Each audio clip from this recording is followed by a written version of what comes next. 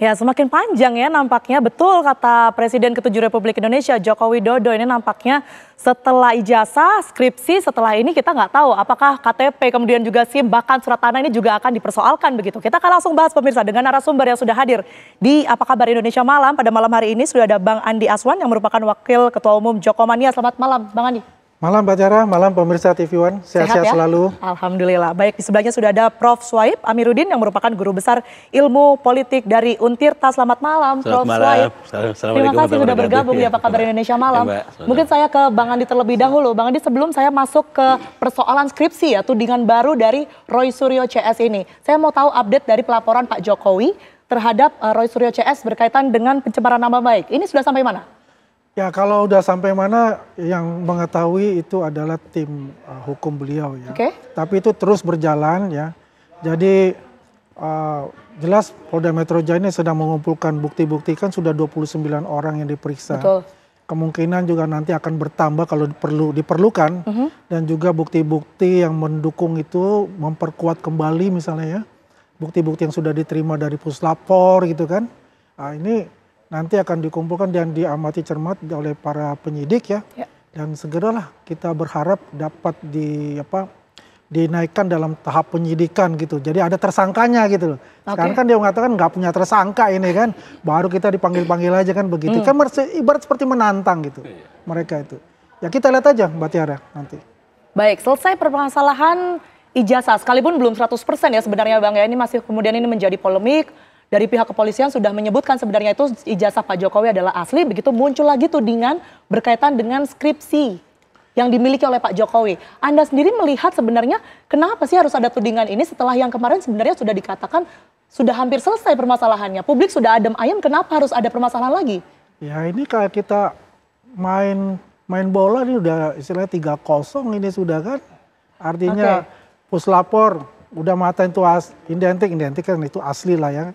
Ya 1-0 ya kan. UGM mengatakan ini asli 2-0 ya kan.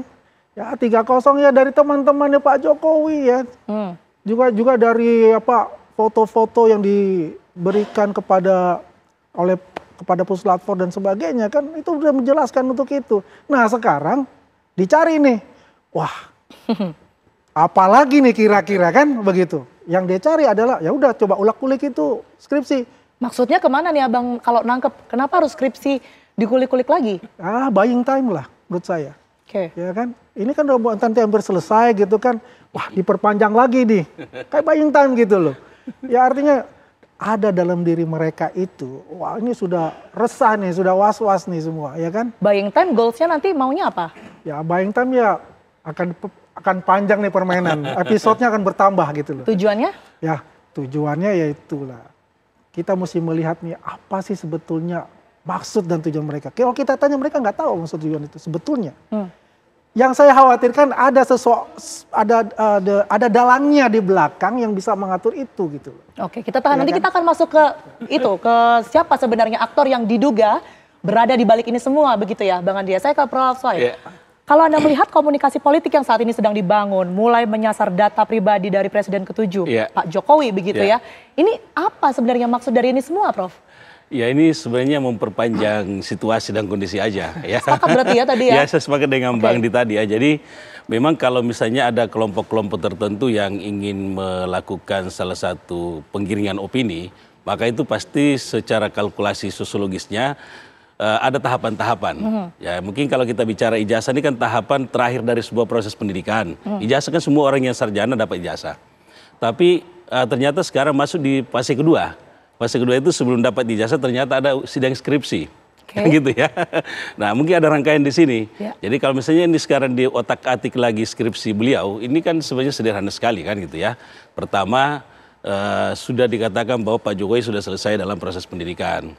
Kemudian mungkin yang harus didorong adalah apakah pembimbingnya saat itu tahu ya kan gitu bahwa Pak Jokowi sudah sidang dan sudah di ACC kan begitu ya sebenarnya ya itu. Nah kalau misalnya orangnya sudah diwisuda apalagi di yudisium itu pasti secara otomatis dia sudah melalui proses bimbingan dan juga sidang Yang gitu, kalau kita atiknya. Nah, berkaitan dengan apakah skripsi ini dianggap ada masalah, ya menurut yang melaporkan ada masalah sebenarnya kan gitu ya, ada masalah. Tetapi yang ingin saya garis bawah di sini, ketika kita ingin menggiring sebuah opini ini, ya sebenarnya jangan di luar panggung sebenarnya, jangan di luar kampus.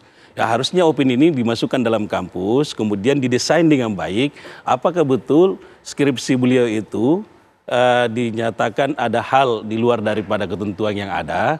Nah, kalau misalnya ada ketentuan yang ada di luar dari itu, maka pasti ada hal-hal yang mungkin yang itu harus bisa dipersoalkan. Kayak gitu. Ini kan masalahnya digiring keluar, lalu dipersoalkan di luar. Ini masalah kampus digiring keluar. Masalah jadi pasti, kampus digiring keluar, iya, seharusnya di dalam begitu ya. Harusnya di dalam. Nah, ketika ini sudah terjadi seperti yang kita lihat sekarang, berada di luar kampus begitu ya, Prof ya. Dengan narasi-narasi yang sudah ada, sebenarnya apa yang ingin dibangun? Kalau melihat komunikasi politik, keresahan masyarakat. Ya bayangkan keresahan perguruan tinggi resah. Ya, kemudian juga Pak Jokowi resah dan keluarganya tentunya. Kelompok-kelompok yang ada di lingkaran Pak Jokowi juga resah.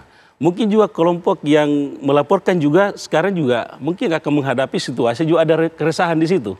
Kan gitu ya, ada keresahan-keresahan yang dialami juga semua kelompok ini. Nah, kalau menurut saya kalau keresahan ini diperbesar terus, harusnya pendekatan struktural yang harus digunakan. Ya, jangan dibangun opininya di luar, karena masyarakat itu kalau misalnya membaca, pasti dia anggap bahwa kalau berulang-ulang kali dibaca, dalam teori sosiologi mengatakan ada namanya lembaga sosial, maka itu akan terlembagakan seolah-olah itu menjadi benar. Gitu masalahnya kan gitu. Padahal ini pertarungannya kan di struktural, bukan di kultural, bukan di luar. Nah, saya sih berharap persoalan ini bagi yang melaporkan maupun yang terlaporkan harusnya mungkin masuk di dalam ranah birokrasi kampus. Ya, karena yang bisa menyelesaikan persoalan ini kan birokrasi kampus, bukan opini publik kan gitu. Karena kalau opini digiring kemana-mana, bukan cuma opini yang di masyarakat Indonesia, mungkin juga bisa di luar ya akan mengkonsumsi karena media sosial kita kan berkembang terus-menerus gitu loh, gitu Mbak. Oke, baik. Tapi kan kalau dari UGM sendiri, kalau kita bawa lagi ke dalam ya, sebenarnya Prof ini kan UGM juga sudah menyebutkan bahwa ijazah Pak Jokowi ini adalah asli begitu ya. Ya, ijazah itu kan ujung dari sebuah proses pendidikan. Nah, sekarang kan yang dipersoalkan lagi adalah proses untuk mendapatkan ijazah. Ya kan gitu. Bisa saja nanti selesai skripsi mungkin juga absensi juga akan didorong kan gitu. Apakah betul beliau masuk kuliah apa tidak kan gitu lah bisa jadi. Baik. Kalau toh seperti yang dikatakan oleh Prof Sohaib tadi, yang ingin dibangun ini sebenarnya hanya keresahan saja atau mungkin mentok-mentok ingin menjatuhkan citra dari Pak Jokowi. Kenapa baru dilakukan saat ini, Prof? Bukan pada saat menjabat dulu sebagai presiden? Nah, itu Bang Ade yang bisa jawab. Tapi mungkin ada dua poin yang saya ingin lihat di sini ya. Yang pertama, Pak Jokowi adalah termasuk orang yang pernah berkuasa selama 10 tahun. Dan beliau itu juga punya secara barisan kultural sangat kuat ya. Ada Jokowi mania, kemudian ada Projo, kemudian ada simpatisan beliau yang saya kira sekarang masih solid. Kan gitu ya.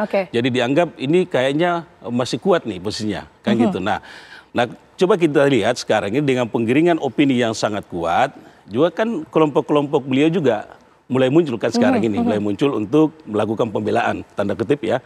Pembelaan dalam hal ini bukan sekedar untuk membela mati-matian bahwa hitam putih, tapi dalam hal ini membela kemanusiaannya yang dibela. Bahwa semua manusia secara hak asasi itu penting dibela. Nah, Pak Jokowi sekarang mungkin pada masa duduk di pemerintahan ada dua yang kuat di sana. Beliau kuat di strukturalnya dan kuat di barisan kulturalnya. Jadi mungkin sekarang ini sudah kembali ke masyarakat. Oh, kayaknya ini tinggal berhadapan dengan masyarakat kulturalnya Pak Jokowi. Yang sekarang kita lihat tiap hari kan gitu ya. Tiap hari kita lihat bahwa barisan-barisan kulturalnya beliau yang datang membela kemanusiaannya kalau saya melihat di sini. Bukan masalah kasusnya yang dibela, tapi bicara hak asasi, bicara prinsip-prinsip kemanusiaan bahwa semua warga negara punya hak yang sama dalam hal pembelaan secara kemanusiaan gitu. Saya kira itu yang dari saya lihat. Oke, Bang Adi, mungkin bisa ditambahkan kenapa baru sekarang ini dipersoalkan padahal 2 periode Pak Jokowi ini menjabat sebagai presiden. Seharusnya kalau ingin menjatuhkan citra atau ada tujuan tertentu dari dulu juga bisa sebenarnya. Enggak, ini sudah 3 tahun yang lalu sebetulnya terjadi itu. Ya kan ada Bambang Tri ya, yang akhirnya kan masuk dia, dibui juga kan, di penjara juga. Dan ini kelanjutan ini, gitu loh. Ini kelanjutan karena apa? Mereka melihat bahwa Pak Jokowi pada saat aja menjabat dia tuh tidak effort terus ya untuk bisa ini kan. Tapi pada saat ini sebagai warga negara biasa ya masih digitukan juga gitu. Padahal sebetulnya dia tidak akan melaporkan itu kalau misalnya mereka itu ya lebih gentle kayak gitu ya. Kalau dia mau minta, mau ketemu silaturahmi bagus, jangan menggeruduk. Kalau menggeruduk, bagaimana UGM digeruduk ya? Datang ke Solo pun juga udah kayak teriak-teriak begitu. Itu kan seperti apa gitu loh ya kan. Nah, jadi proses ini sebetulnya ya ini terkait juga ketika beliau menjabat ya ada organisasi yang dibubarkan beliau, ya kan?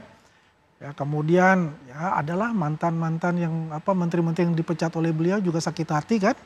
Kemudian ada oligarki hitam yang kehilangan juga mata pencarian maupun periuk-periuk ekonominya kan? Yang ketiga adalah ya itulah yang kalah dalam kontestasi ya pada pilpres itu.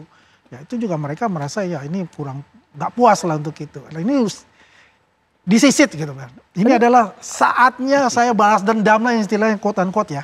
Kayak seperti begitu gitu loh. Sebentar, berarti artinya pihak-pihak yang tadi Anda sebutkan ini baru dugaankah atau memang dari pihak Pak Jokowi atau dari Jokowi Mania sendiri sudah mengantongi sebenarnya bukti-bukti tersebut. Tapi ditahan ya Bang ya, usai jeda kita akan kembali sesaat lagi untuk Anda pemirsa.